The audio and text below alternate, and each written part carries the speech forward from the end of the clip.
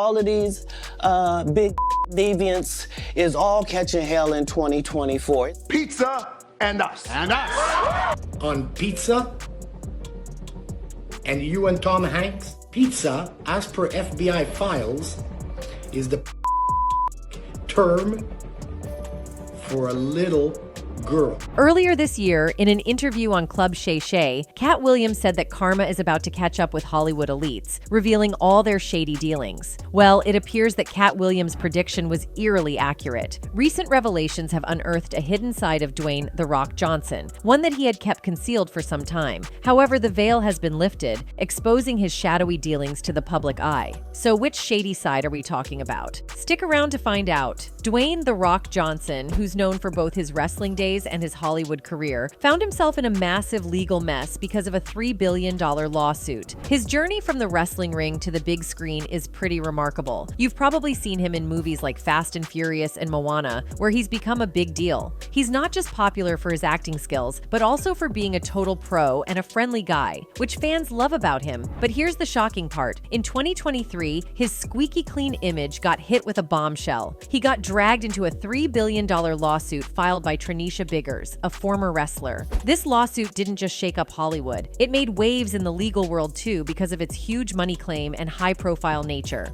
Biggers, who used to go by the name Tranisha Rock Khan, accused Johnson and a bunch of others of plotting to kidnap her. The lawsuit made headlines and put Johnson's reputation on the line. Biggers, a former wrestler, turned heads by suing Johnson and 1,000 others for $3 billion.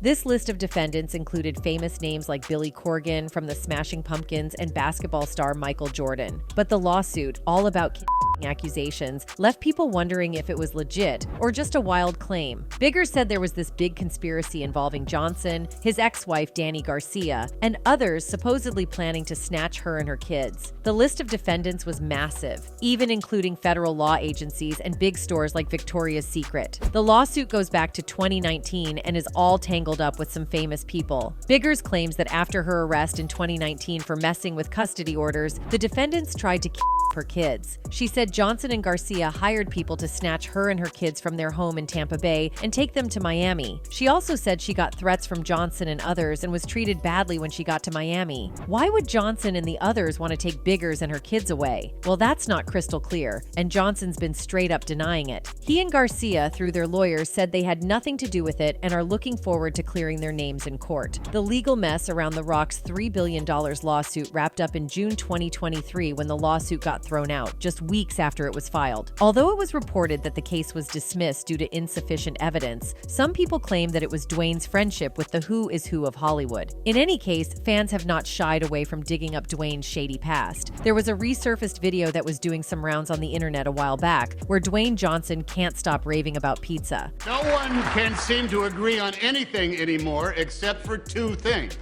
pizza and us. But here's the shocker. This fan hints that pizza might actually be some secret code lingo used by the FBI to talk about, something evil involving young people. You know that pizza, as per FBI files, is the term for a little girl. What's more, the fan continued to showcase a video in which The Rock talks about creating a robot that does the unspeakable to the young. For context, in 2017, Dwayne Johnson, the charismatic and multifaceted entertainer, surprised audiences when he delved into a rather dark comedic sketch during a television show. The sketch, designed for comedic effect, saw the cast dressed up as mad scientists and given the peculiar challenge of inventing the most evil invention in the world. While the intention was clearly to provoke laughter, the content of the sketch touched upon a sensitive and highly taboo subject. The first scientist in the lineup presented a shrink ray as his evil invention, humorously suggesting that it could miniaturize the colossal Eiffel Tower to a size small enough to fit on a keychain. The absurdity of this invention played into the whimsical nature of the sketch, setting the tone for what was to come. The second scientist, in keeping with the theme of outlandish evil inventions, introduced a freeze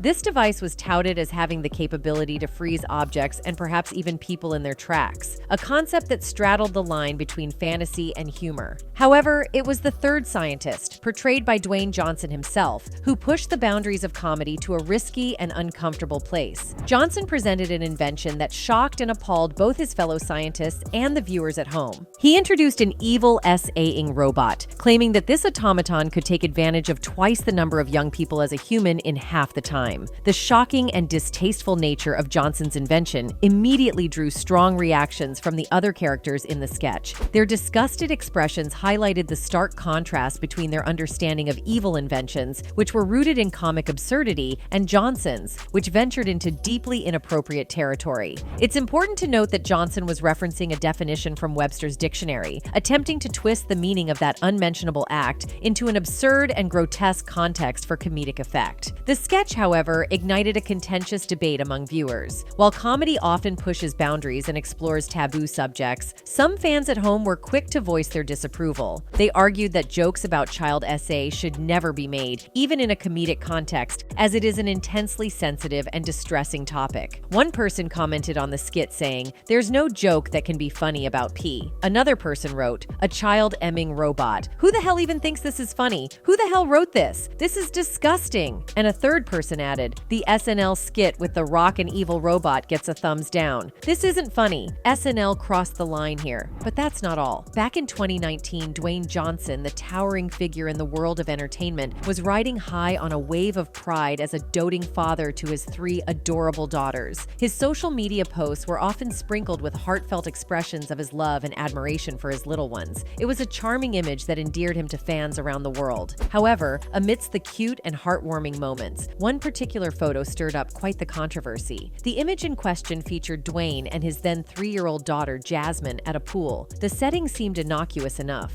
a father-daughter bonding moment by the water's edge. Jasmine, perched on the pool's edge, was captured in the frame, seemingly poised for a playful jump into her father's waiting arms. Now, what made this seemingly ordinary moment go viral and raise eyebrows was the attire, or lack thereof. Jasmine, being just a toddler of 3, was not wearing a bathing suit in the photo. This seemingly innocent detail set off a firestorm of criticism and comments from social media users, and the image quickly became a hot topic of discussion. The response to this photo was swift and polarized. On one side, fans expressed concern about the appropriateness of sharing such an image of a young person in public. They argued that it was essential to protect a young person's privacy and dignity, regardless of their famous parents' intentions. On the other hand, Dwayne's supporters defended his intent, arguing that it was a loving, fatherly moment meant to be shared with his fans. They believed that the outrage was blown out of proportion and that people were reading too much into what was ultimately a family moment captured in time. Some even pointed out that it's perfectly normal and not weird at all for little kids to not wear a bathing suit while swimming. Anyway, despite of everything, Dwayne still seems untouchable, and many people claim it's because of his association with industry higher-ups. And it seems one of these higher-ups is none other than Oprah Winfrey. Just a year ago, a video had surfaced featuring Oprah and Dwayne discussing their grand plans for what they had audaciously christened the People's Fund of Maui.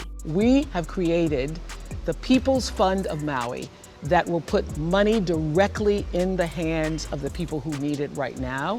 For context, in early August 2023, a series of wildfires broke out in the U.S. state of Hawaii, predominantly on the island of Maui. The wind-driven fires prompted evacuations and caused widespread damage, at least 101 people, and leaving 2 persons missing in the town of Lahaina on Maui's northwest coast. The proliferation of the wildfires was attributed to dry, gusty conditions created by a strong, high-pressure area north of Hawaii and Hurricane Dora to the south. At the time, Winfrey and Johnson launched the People's Fund of Maui with $5 million, each from their own bankrolls. In a video posted to Instagram, they asked for donations from others concerned about the plight of the fire-torn island's residents, with Winfrey saying, "We appreciate all the support that you can give. All these people who were calling me and texting me and messaging me and saying, 'What do I do? What do I do? This is what you do.'" Now, the sheer audacity of it all was alarming. Picture this, a billionaire and a multimillionaire, Oprah and Dwayne respectively, earnestly encouraging everyday people who were struggling to make ends meet to dig deep into their pockets and donate. It was like asking a fish to buy water, folks. The fallout from this video had been nothing short of spectacular. Fans and critics alike found themselves in a state of disbelief beef. And who could blame them? It wasn't every day that you witnessed two individuals of such immense wealth and stature appealing to the common folk for financial support. Some would argue that it was akin to asking a bird for flying lessons. Social media users had been quick to point out the stark contrast between these celebrities' luxurious lifestyles and the financial struggles of everyday people. It seemed that the general populace simply couldn't fathom how Oprah and Dwayne, who could practically make a charitable donation with the flick of a wrist that would change lives, would pass the hat around to their followers, many of whom were teetering on the brink of financial ruin. Dwayne tried to save himself from the wrath of fans when he gave an update on the payouts, saying, "The thousands and thousands of survivors, the families, they have now, over the past couple of weeks, started to receive their first round of funds." He then turned to the controversy, saying, "When we first launched the fund, there was some backlash. I want to say that I get it and I completely understand. I could have been better, and next time, I will be better. I understand money ain't falling out of the sky and it's not growing on trees, and there's a lot of people out there who's living paycheck to paycheck, and I get it, and I know what that's like. I've lived paycheck to paycheck, $7, I know. And when you are living paycheck to paycheck, I don't want to speak for everybody. I'll speak for myself, but I feel it's connected. When you're living paycheck to paycheck, I was easily pissed off and I was frustrated. And the last thing you want to hear when you are living from paycheck to paycheck is someone asking you for money, especially when the person asking you for money already has a lot of money. So I get it, I understand. I'd never launched a fund before, but I'm a quick study and lesson learned. Let's be clear, the concept of a people's fund was not inherently problematic. In fact, it could be viewed as quite noble. However, it was the optics of the situation that had tongues wagging and gossip mills churning. Oprah and Dwayne, two icons who had ascended to the pinnacles of wealth and influence, now appeared somewhat out of touch with the stark financial realities faced by the majority of individuals in today's world. The notion of them imploring their followers, many of whom were struggling to put food on the table, to contribute to their lofty cause had left a sour taste in the mouths of many. But this was not the only thing that seemed off in this saga. You see, there had been rumors that Oprah Winfrey was offering help to the victims of the fire, not out of the goodness of her heart, but rather because of her own personal interests. In fact, one TikTok user had ridiculed her because of this. They had begun by describing the severity of the wildfire situation in Maui and Hawaii, emphasizing the scale of the devastation. The fan then pivoted to Oprah's involvement, suggesting that she had descended from her metaphorical mountaintop to distribute blankets to those impacted by the fires.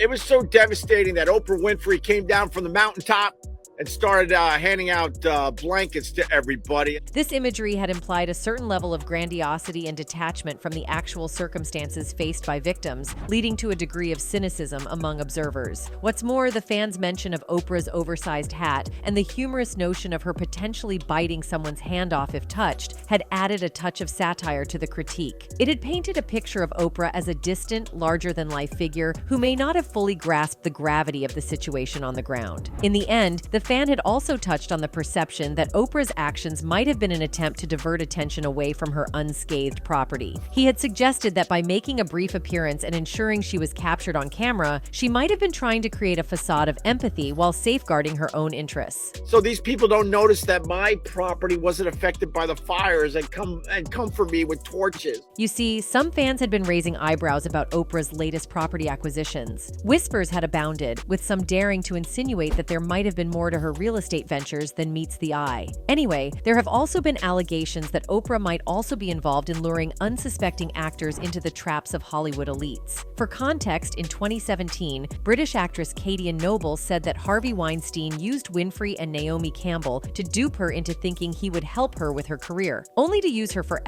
Apparently, she was head over heels impressed when she first met Weinstein at an event in London because he was hanging out with model Campbell and had megastar Oprah swinging off his arm. Instead, Weinstein used promises of career advancement to lure the actress to his hotel room in Cannes, France, where he forced himself on her. After meeting Weinstein in London, Noble said she thought nothing of bringing her showreel to his hotel room when she saw him again in Cannes in February 2014. Once inside the hotel room, however, he didn't seem that interested in my showreel, Noble said. Instead, he began touching her while discussing hooking her up with a modeling agency in London. He said, "I need to know you really like me. Noble said. I have all the information we need. I just need to know you really like me. The incident ended in the bathroom, where he forced Noble to perform intimate acts in front of the bathroom mirror, she said. Afterward, Weinstein failed to help her with her career as promised. It's worth mentioning that Oprah and Campbell weren't the ones who persuaded or pressured Noble to associate with Weinstein at that time. It was Weinstein acting on his own who lured the British actress. However, the fact that the two A-list celebrities were swinging off his arms did little to help the situation.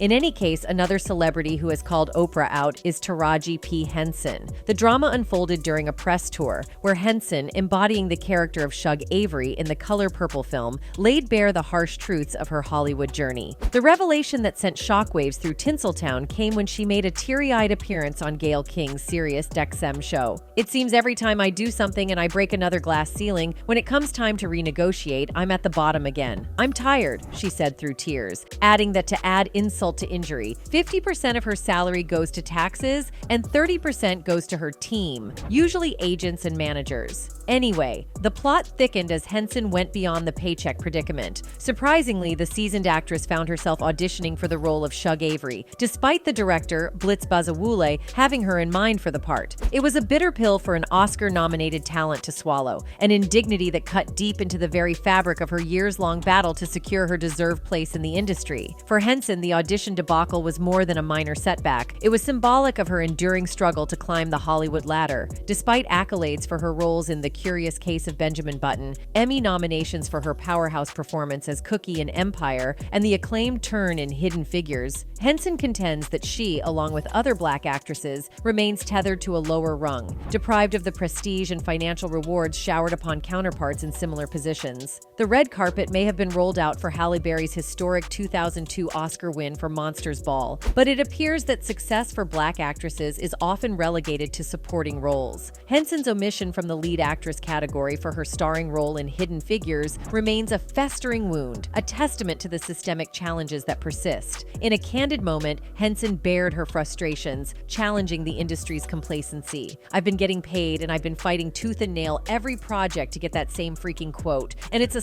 in the face when people go, "Oh girl, you work all the time. You always working." Well, god damn it, I have to. It's not because I wish I could do 2 movies a year, and that's that. I have to work because the math ain't mathing, and I have bills, she said. Listen, I've been doing this for 2 decades, and sometimes I get tired of fighting because I know what I do is bigger than me. I know that the legacy I leave will affect somebody coming up behind me. My prayer is that I don't want these Black girls to have the same fights that me and Viola Davis, Octavia Spencer. We out here thugging it out, Henson said. In any case, it appears the can of worms has been cracked wide open when it comes to Dwayne Johnson, the beloved Hollywood star. For years, he's enjoyed a spot in the hearts of fans worldwide. But now, with these unsettling allegations swirling around him, it's raising eyebrows and prompting some to question just how much longer The Rock will bask in the adoration of his fans. You see, the now 51-year-old actor started his rise to fame with a short-lived career in football. As a college football player, Dwayne won a national championship with the University of Miami's Hurricanes team in 1991, and after graduating, he joined the Calgary Stampeders in the Canadian Football League. Playing ball, I was always the hardest worker in the room, he said. I did everything I could to make the CFL and then hopefully make it to the NFL, where I dreamed of an all-pro Super Bowl champion career.